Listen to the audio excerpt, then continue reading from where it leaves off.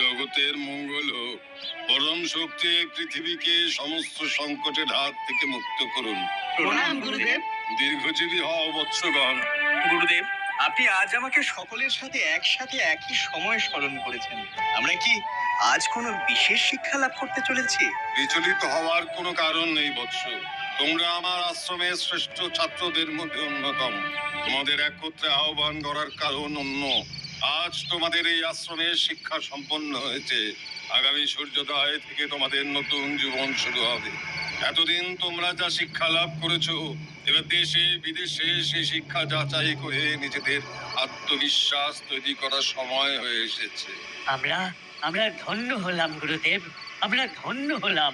যাও, এখন সকলে বিশ্রাম নাও। যথাজ্ঞা গুরুদেব। যথাজ্ঞা গুরুদেব।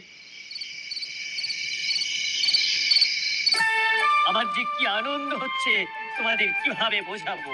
দেশে বিদেশে আমার অধীত বিদ্যা যে কদর হবে তা ভেবেই আমি শিহরিত হচ্ছি। আমি যেখানে যাব সেখানেই আমার জন্য মানুষ বিশেষ ব্যবস্থা করবে। ভাই, তোমরা যেখানে যাবে সেখানে আমিও তোমাদের সাথে যেতে চাই।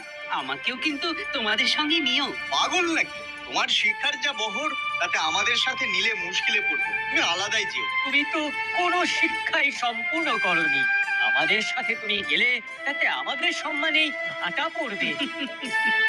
সেই কারণেই তো আমি তোমাদের সাথে থেকে আমার জ্ঞানকে আরো সমৃদ্ধ করতে চাই বন্ধু।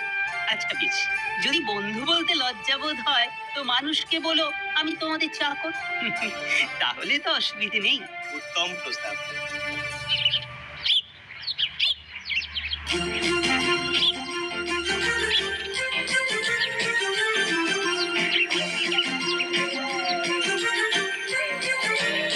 এসো ভাই, এখানে আমরা একটু বিশ্রাম করে নিই। ভালো প্রস্তাব।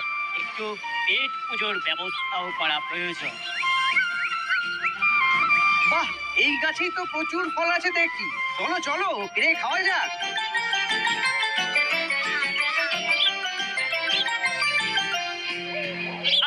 আরে আরে, থামো থামো ভাই সব। এভাবে ফল পাচ্ছ কেন? দাঁড়াও দাঁড়াও, আমি ব্যবস্থা করছি।